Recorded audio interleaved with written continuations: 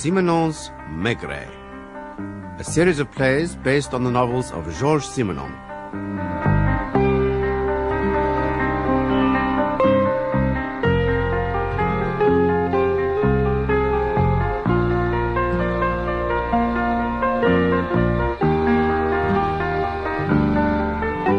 Oh, that stupid girl. Oh, which girl? The maid. I'll kill her. Why? She burned them. What? My notes on the Parandon case, the ones I took down last week when you told me about it. How on earth did that happen? As you know, I am a very exact man. My desk is always neat and tidy, my filing system impeccable. On this occasion, I had stapled the notes together and placed them carefully on the right of my desk, adjacent to the phone. I was disturbed by a knock on my study door. I rose... Irritably? Rather hastily, and it appears that my jacket brushed the notes from my desk. Onto the floor? No, into my waste paper basket. Shush. So now you want me to tell you about the Parandon case all over again.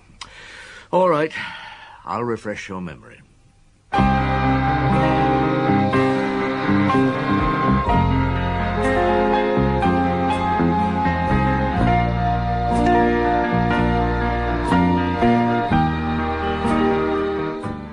Maurice Denham as Jules Maigret and Michael Goff as Georges Simenon in Maigret Hesitates, translated by Lynn Moyer and adapted for radio by Edward Bruce.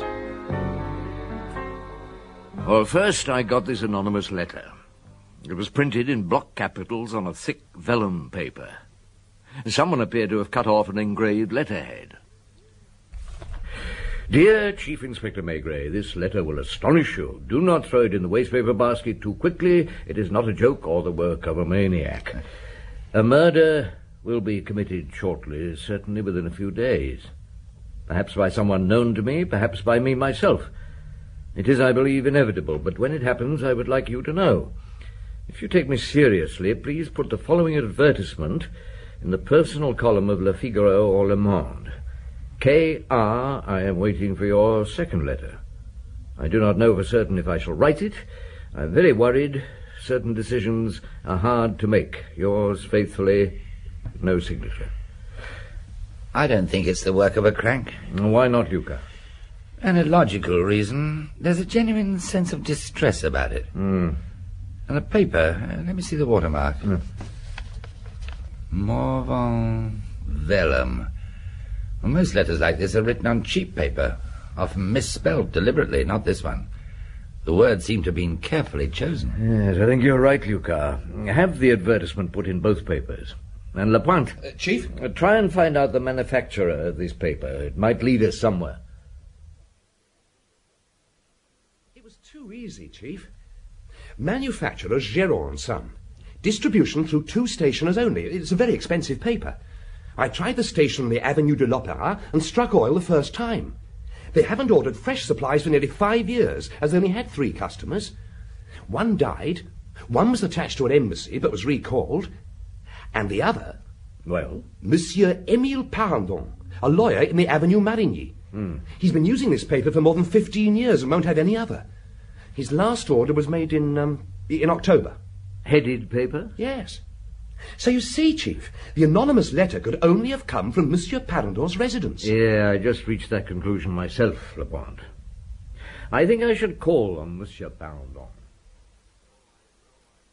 So I phoned for an appointment. But first you checked with Maître Bouvier, who told you that Parandon specialized in maritime law and that he was practically unbeatable in this field. I was surprised when you told me that he turned out to be an insignificant little man, almost gnome-like. Oh, why surprised? An eminent lawyer, consulted by big business interests from all over the world, thousands at stake. I'd imagined a forceful, dominating man. Well, the flat in the Avenue Marigny was magnificent. Divided into business offices, private and servants' quarters. There was even a self-contained flat-lid for René Tortu, Parandon's personal assistant. I was shown in by Ferdinand, the butler, along a corridor with windows overlooking the avenue, through a little office occupied by his secretary, and finally into the most palatial library I've ever seen in a private residence. Parandon was waiting for me. He bounded out of his chair like a jack-in-a-box to greet me. Chief Inspector, I can't tell you how delighted I am to meet you. I've admired your work tremendously for years, and when you rang this afternoon, so unexpectedly... Would you care to sit down? What can I offer you? The cognac isn't particularly good, but I have a 40-year-old Armagnac. Just a little, please. My wife only lets me have a drop on special occasions. She says I have a weak liver. According to her, I'm weak all over. Thank you. Your good health. Santé. May I ask you a personal question? How old were you before you began to understand men? I mean to understand the men we call criminals. Well, I don't know. I'm not sure that I do understand them. Of course you do. Your success is the success of a man of wisdom, of depth. I have something That's why I'm so happy to meet you. I've read so much about your work. My cases are as dry as dust. No human contact to speak of, facts and figures, statements of law, but I have a hobby, one I'm sure you'd be interested in. Article 64 of the Penal Code, which you must know better than I do. There is no crime or misdemeanor if the accused was in a state of dementia at the time of the act, or if he was driven to it by an irresistible impulse. What do you think of it? Well, I'm glad I'm not a judge. That's what I like to hear. That's the kind of thing I want to know. Sitting in your office in front of a guilty man or a man presumed to be guilty, are you capable of determining how far he is responsible? Really? The psychiatrist... Would you believe me when I tell you that there are thousands of us trying to change this relic of the past? It's so easy for the judges to say responsible about an accused man and pass on to the next case. The objection from the authorities is that if it were changed, the doctors and not the judges would have the task of judging. Why not? Why not the doctors? Judges haven't the time or experience for this kind of delicate decision. I could talk to you about it for hours. It's more than a hobby with me. It's almost a mania.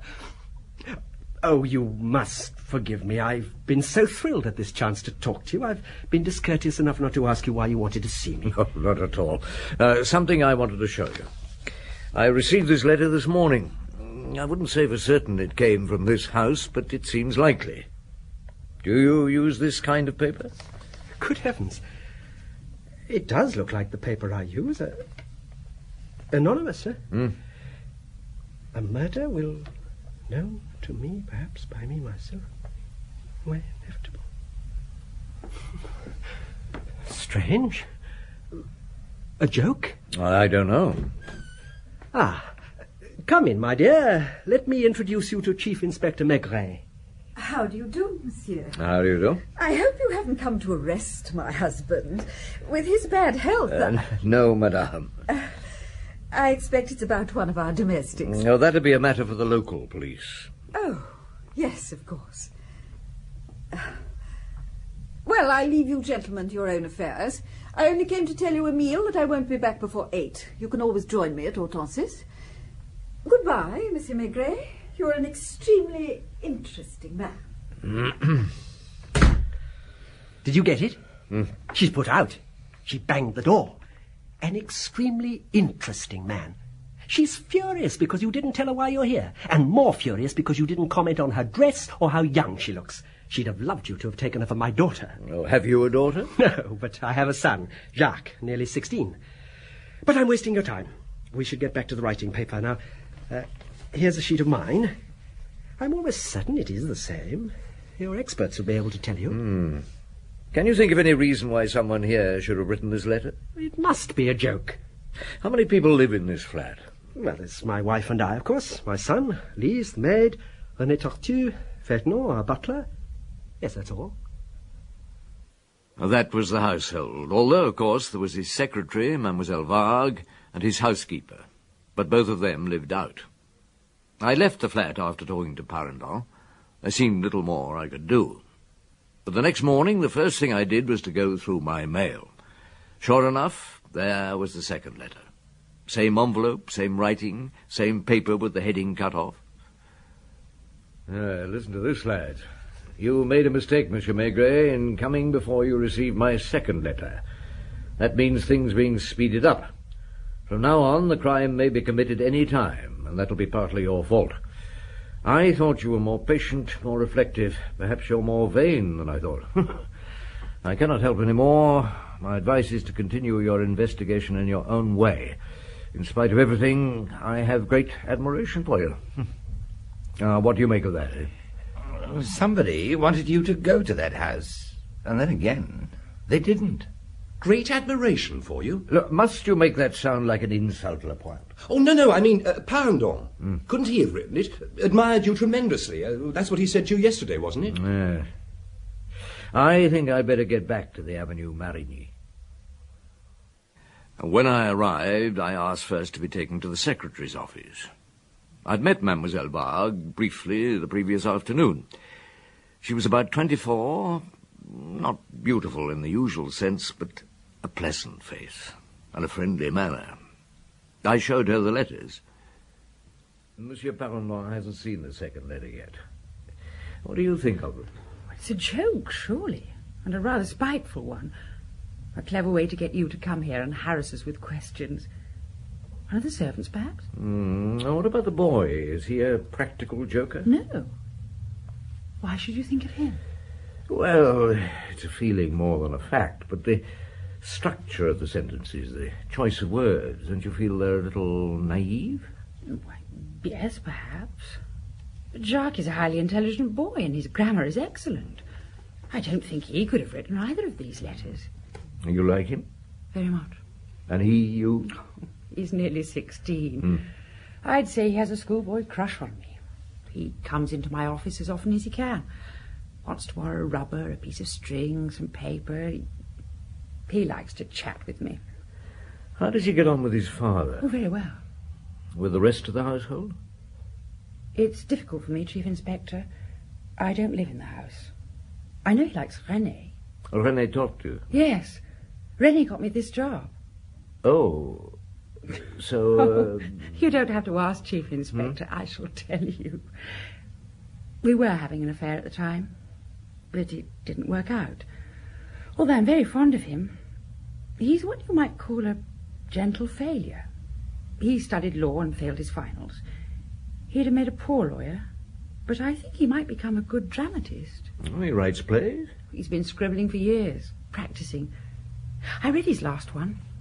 Oh, well, I'm no critic, but I thought it was excellent. Then he burned it, said it was no good, because he'd tried to write about things that, well, that he hadn't experienced himself. Oh, poor René. He does his job well, though.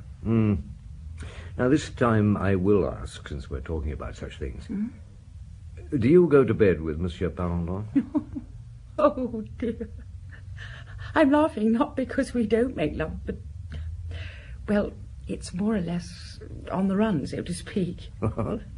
Well, the word bed isn't exactly appropriate. It's a question of when and where it's possible. Sometimes the drawing room, sometimes his study. Mostly when we know Madame Parendon is out. Does René talk to know about? You must guess. Madame Parendon? Has she ever surprised you with her husband? I'm not sure. We're careful, but... Well, she's inclined to be everywhere when she's at home. One day she came into the study at a rather delicate moment. Fortunately, we had time to look normal. At least, I think we did. Don't you like her? I wouldn't have her for a friend.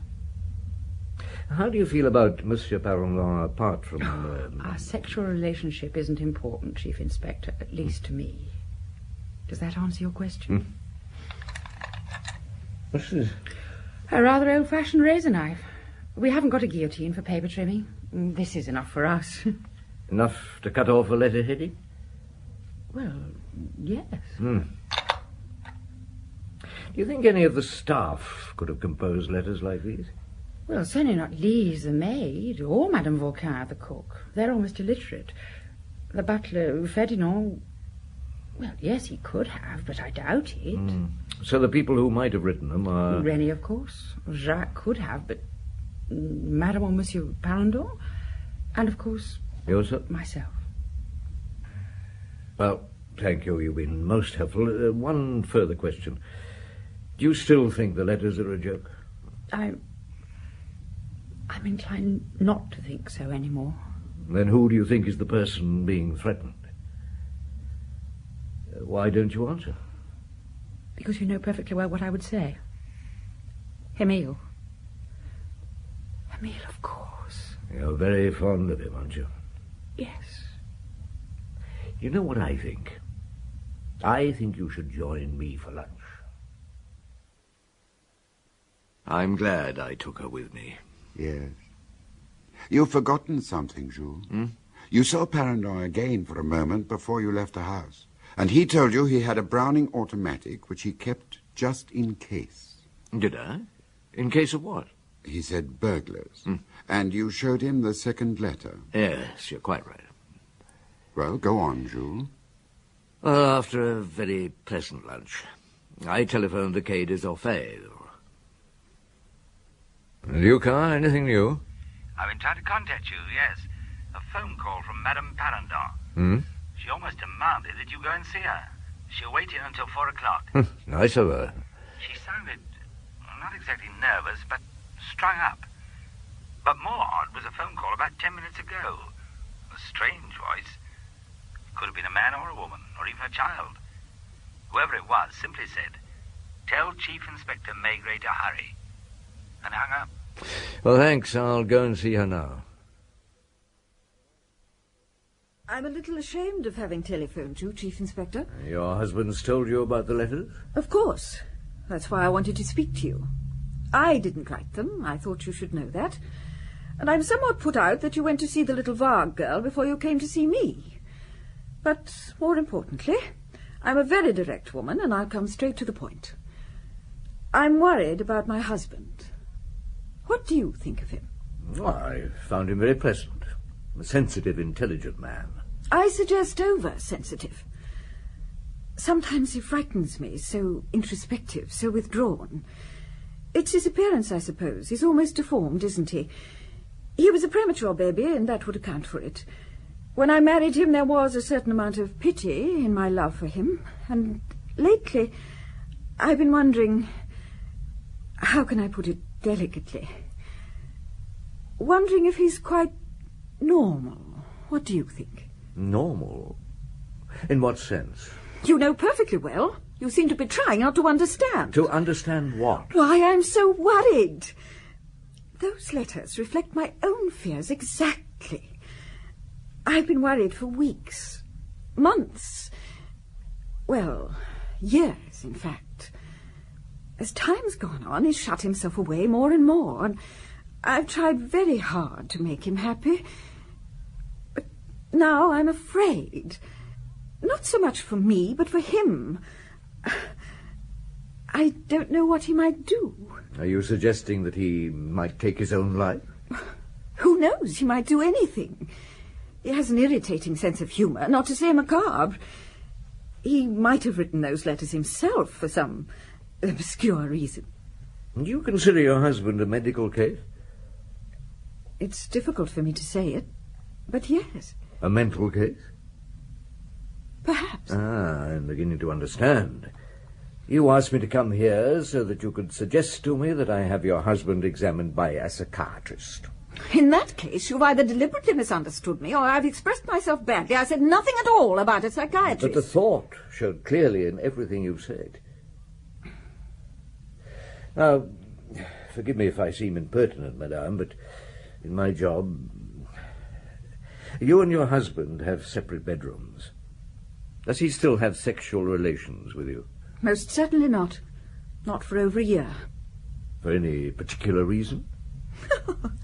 Really, monsieur? I'm sure you found that out by now. I came across him and that girl in his office. It was disgusting. You have a gun? Yes, as a matter of fact, I have. Here, it's no more than a toy, I believe, but be careful, it is loaded. 6.33. Well, almost a toy. It could kill someone fired at point-blank range. I haven't given it a thought. One of Emil's friends with a similar macabre sense of humour gave it to me on my wedding day. Now, Jacques, I haven't had a chance to speak to him. No, because he's still at school and he couldn't possibly have anything to do with those letters. I think you should go now, monsieur. This conversation's pointless. I see you place no importance on what I've told you. Forgive me if I don't show you out. She almost banged the door in my face as I left her room. I didn't know what to think of her. I walked down the corridor to René Tortu's flatlet. Ah, you must be Chief Inspector Maigret. That's right. Have you a moment? Yes, come in. You want to talk about the letters, I suppose? Yes, I know about them. Monsieur Parendon showed me photostat copies. You studied law, I believe. Until I failed my finals. Still, I know enough to do quite a lot of research for Monsieur Parendon. And you write plays in your spare time? Mademoiselle Varg told you? Yes. How do you feel about her? She's a very pleasant associate. Are you in love with her? That's a private matter, Chief Inspector. Were you once? No crime has been committed. I don't think you have the right to inquire. Mademoiselle Varg is having an affair with Monsieur Parendon. Did you know that? She told you? Did you know? How do you feel about it? It is no longer my concern. No longer? Then you were once in love with her. To think she told you. I suppose she had to. It must be hard for a girl like that to deal with a man like you. Although what it's got to do with those letters... As a man concerned with law, you will appreciate that any detail may prove important. You see, we are taking these letters very seriously. What do you think of Monsieur Parendon? He's a first-class boss. A nice man. Madame Parendon? Well, she's active, intelligent, But you don't like her. Have you any idea who could have written the letters? Well, as a would-be dramatist, I suggest someone who's afraid of what he might do. Someone who is a potential murderer who feels that things are getting out of control and who's imploring your help in an illogical way to prevent it. Perhaps someone unbalanced? Could be. Sounds like a good plot. You might be able to use it in a play one day. She told you about us as well. She shouldn't have done that. I must get back to my office. What's the time, Luca? Time to go home. Time for a beer en route. Another one, Chief. Huh? Express delivery. Same printing, same envelope. Lapointe, I can see it's addressed to me. Do you mind? Do you open your wife's letters? Well, you're not my wife. I'm sorry, Chief. Listen to this. Dear Monsieur Maigret, when I wrote my first letter, I could not have imagined you would charge head first into the case until I'd given you further indispensable information. Your haste has spoiled everything. Today you have provoked the murderer in some way. I may be wrong, but I feel that something will happen in the next few hours. I'm sorry I cannot help you. What do you make of that? Well, it's serious, Chief. No doubt about that. Maybe Tortu was right. Well, then again... Shut up for a minute, Lapointe. Luca, see if you can get Dr. Parendon, Emile's brother, on the phone. He lives in Nice. His number's in the file somewhere. Right. We should take these letters seriously, Chief. No, we should. That's why I want you to spend the night with the concierge at the Avenue Marigny. What? Oh, but my wife and I, we were... Just to keep an eye on the place, to check on your suppositions. Seriously. Well, yes, but I mean... We live unexpected lives, Lapointe. Now, off you go. Luca will relieve you in the morning. Oh, hell. Dr. Parendon on the phone, Chief. Go down and order me a beer, Luca. Dr. Parendon? Chief Inspector Maigret here. Your beer's gone flat. No, it doesn't matter. You look worried. I am. What can I do? Nothing happens, I'll be accused of wasting the taxpayers' money. If something happens, I'll be accused of incompetence. And if it does... I don't want to think about it. What did Dr. Parendon have to say? Well, he was surprised by the letters, of course, but he was interesting about his brother. He said Emile was one of the gentlest creatures alive who would never harm a living soul. But he said, too, as a doctor, that it was possible his brother might commit suicide in a fit of He'd never have married. No, I don't know what to think or do, Luca. Oh, let's have another beer. I didn't sleep well that night. I went to the office early. That last note had worried me. Lapointe came back to report after being relieved by Luca. Nothing of interest, normal comings and goings, no strangers. I sent him home to bed. I went on with my routine paperwork, but I couldn't concentrate. I had a premonition. Then... Maigret. It's happened. Who? The girl. Dead? Yes. Shot? No. Stabbed. Butchered. Butchered. I'll be right over.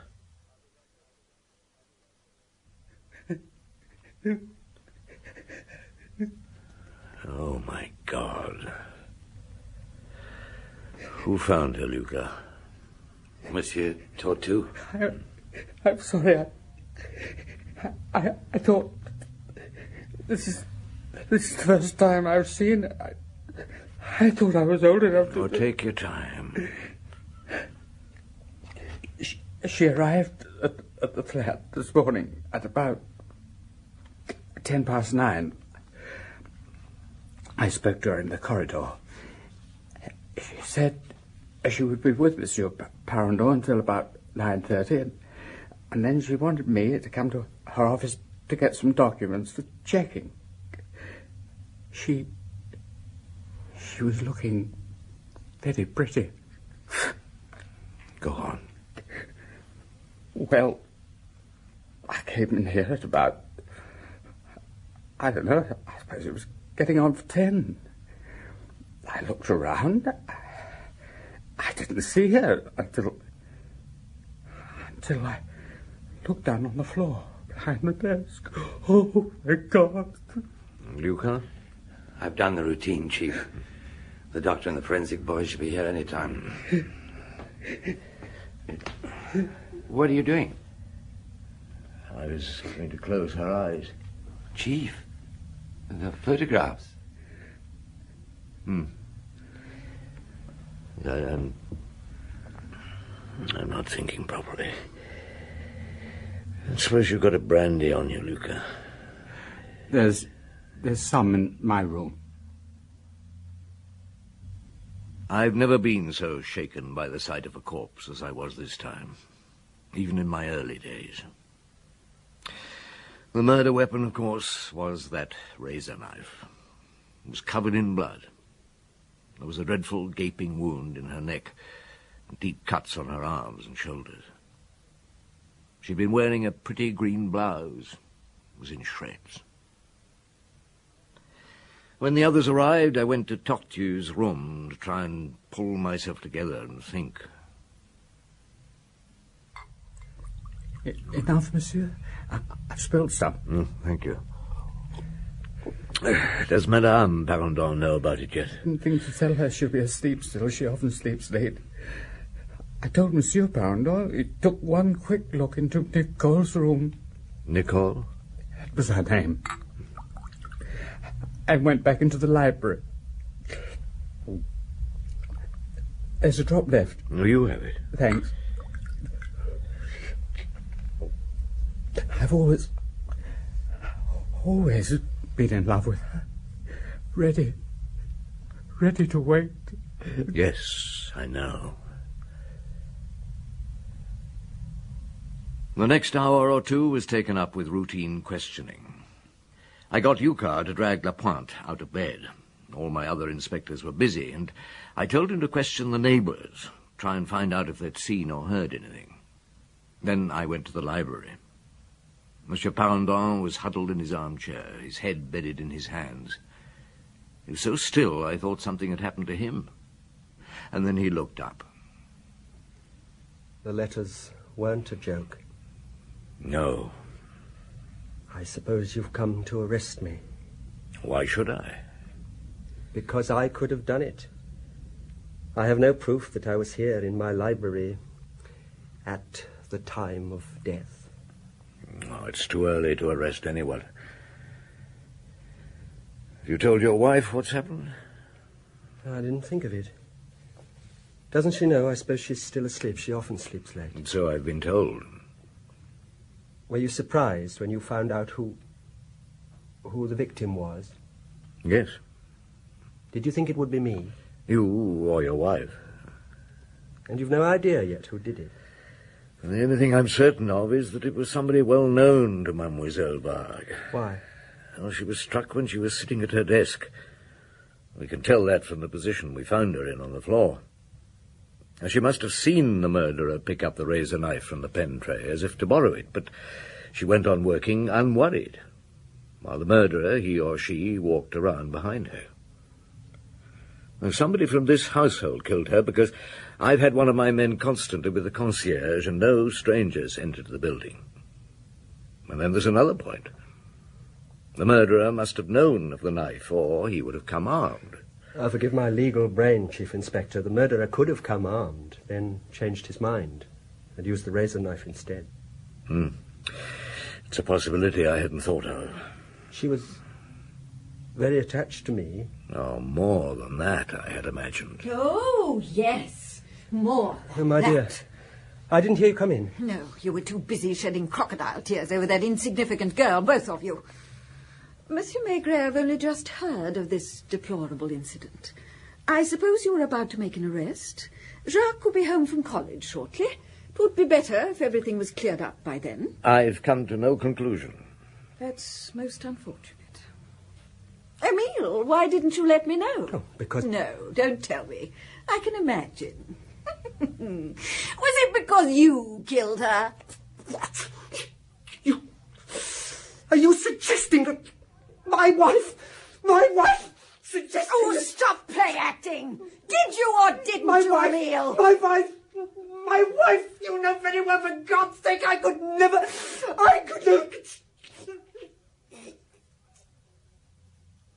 Well, Monsieur Maigret, I'm sure you'll draw your own conclusions from that performance.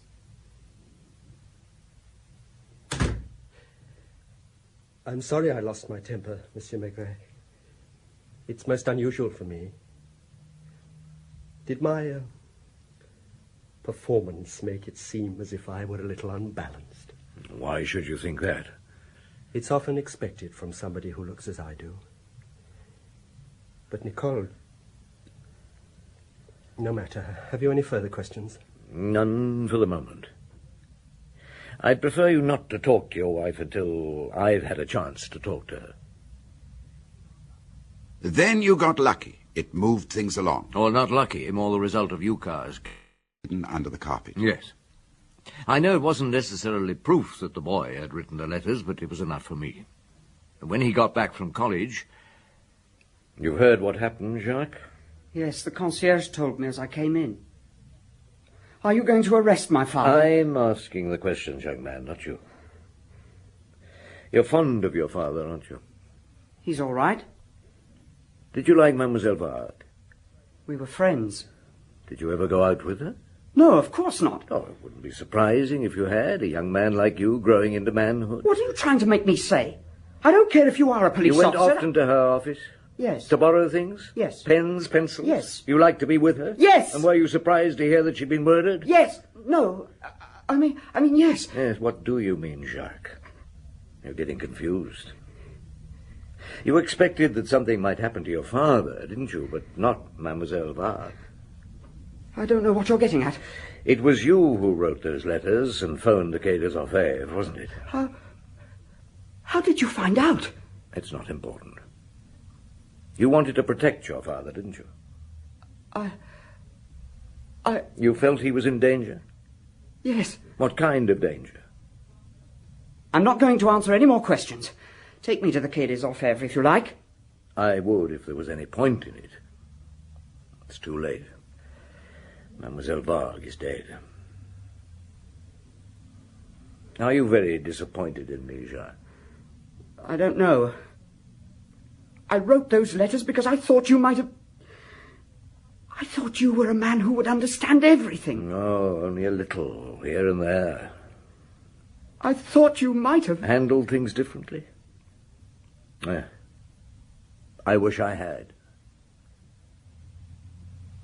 I'd been tough on the boy. I was sorry about that. I wandered down to the kitchen. Madame Vauquin fed me. I was hungry. And she offered me a bottle of Chateau Latour. That was the vin ordinaire in that house. I needed it. I confess I drank more liquor that day while on duty than I've drunk before or since. I wanted to erase from my mind the sight of that young woman with her throat cut, the blood still warm. You know what I mean, Georges? You read about a murder, a catastrophe in the paper, but removed from a personal involvement. What do you get? A bit of a thrill, an excitement, almost a delight. I'm afraid that's true. Well, this time I wasn't an observer. I was a participant. I might have prevented the murder of this girl if I... Jules, my old friend, why do you always have a sense of guilt about everything that happens to you? Oh, I'm talking nonsense, because then suddenly, as in so many cases, it was all over. Nothing clever on my part, just the assembling of facts, the arranging of them in proper order. I questioned all the tenants nearby, and I found one with some information. An old man. He was watering his garden quite early, between 9:30 and 9:45. Well, it's been a hot summer. And he happened to glance towards the Parendon house about that time. That's when he saw a woman walk along the corridor. She was wearing a blue housecoat. Where's that map?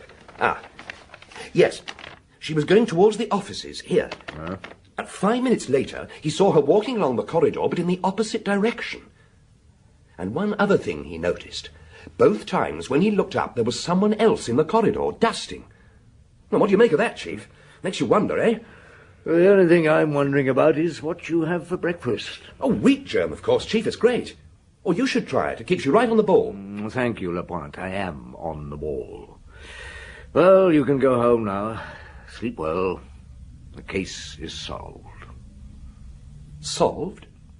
I may not be able to prove it, but I've a pretty good idea of what happened. Ah, Monsieur Maigret, I was expecting you. So at last you're going to arrest my husband. I don't see any reason for arresting him for the moment. Why, Madame Parendon, should your husband have killed his secretary? Must there be a reason for a man like that?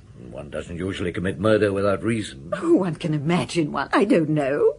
Perhaps she was pregnant. He might have been pleased. What nonsense. She could have been blackmailing him. Again, for what reason? I haven't the slightest idea, a girl like that. I've merely suggested it as an example. Quite. Madame Parendon, I must ask you a question, and I advise you to think carefully before you answer. Did you leave your room between 9:30 and 9:45? No, I did not. Look, I warn you. If you lie to me, I shall ask the examining magistrate for a warrant for your arrest. Remember, I have statements from everyone in your household regarding their movements during that time except yours. I said I did not. You didn't set foot in the corridor? No. You didn't get into Mademoiselle Vargue's office?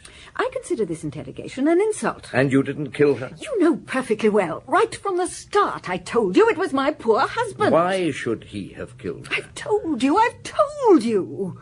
In his condition, there's no need for a reason. When he was 17, he tried to commit suicide. Ah, you didn't know that, did you? And when Jacques was born, he was afraid he'd grow up an idiot. He's always been haunted by the fear of illness and death. Why, that celebrated Article 64. Isn't that proof? But he's afraid. Afraid of himself. Would you ring for your maid, please? What has Lise... Please? Have you handled your revolver since yesterday? Of course not. Why? Oh, thought I had. You won't mind if I take it? You remember I placed it back in your drawer myself. Therefore the top fingerprints should be mine, if what you say is true. Yes. You rang, madame? Monsieur Maigret would like a word with you. Lise, you were dusting the corridor this morning between 9:30 and 9:45, is that correct? Yes, I always do it about then. And did you see Madame Parendon going in the direction of the offices? Oh, madame, what should I say? You should tell the truth, Lise. Well, yes, it's true. Oh, I'm sorry, Madame. Oh, what does this prove? It confirms another witness's statement, and that you have lied. You did leave your room, and that leaves you open to suspicion. I do not have to account for my movements in my own house. In a case of murder, I'm afraid you have to. Does that mean you're going to arrest me? I'm going to ask you to come to the Quai des Orfèvres with me. Have you a warrant? A blank one. I only have to write in your name. And then? It will depend on the magistrate. More probably, the doctors. Oh, God, no. You think I'm mad? It was my husband. He killed her. Madame, I can't prove anything very much, but I'm sure this revolver was in the pocket of your housecoat when you went along the corridor about 9:30. We can check up to a point, as I've just said. When you came into the library earlier today, I realized how much you hated your husband. And, of course, as what you said about him yesterday to me. I even wonder if you didn't intend to kill your husband and not Mademoiselle Varg. Supposition, of course. You walked down the corridor intending to kill him, and then you made some kind of substitution in your mind. Would your husband not suffer more if you killed Mademoiselle Varg instead, and at the same time made him appear guilty of the crime? You went into the office, saw the razor knife. You really think I'm mad, Chief Inspector? You really think I'm mad? If you'd like to pack an overnight bag, you may go to the Quai des Orfèvres in your own car. Oh. I'll tell your chauffeur. Article 64. If the accused was in a state of dementia at the time of the act, or if he, she was driven to it by an irresistible... I suppose so. Has she confessed yet? No. Will she? I don't know. Perhaps in time. A week, months, a year. Any more wine left? Ah, yes.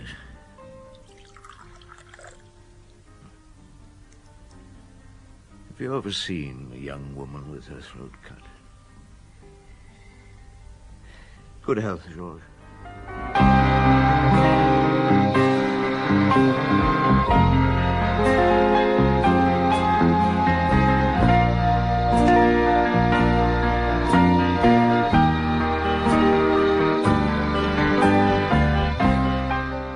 In Maigret Hesitates by Georges Simenon, translated by Lynn Moyer and adapted for radio by Edward Bruce, Maigret was played by Maurice Denham and Simenon by Michael Gough.